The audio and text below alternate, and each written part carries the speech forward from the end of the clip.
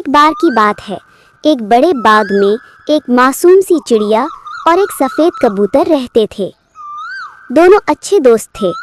صبح سویرے چڑیا میٹھے میٹھے گیت گاتی اور کبوتر باغ کے کونے کونے میں دانا تلاش کرتا۔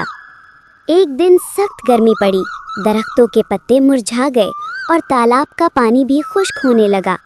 چڑیا بہت پریشان ہوئی کیونکہ اس کے گھونسلے کے قریب پانی بالکل ختم ہو گیا تھا۔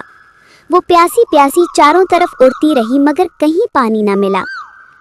کبوتر نے چڑیا کی حالت دیکھی تو وہ اسے ساتھ لے کر باغ سے باہر ایک کنویں تک گیا۔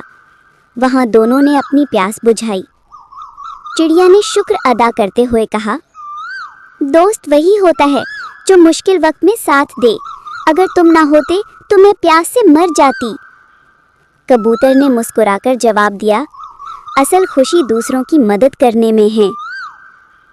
اس دن کے بعد چڑیا اور کبوتر کی دوستی اور بھی گہری ہو گئی اور وہ ہمیشہ ایک دوسرے کا خیال رکھنے لگے۔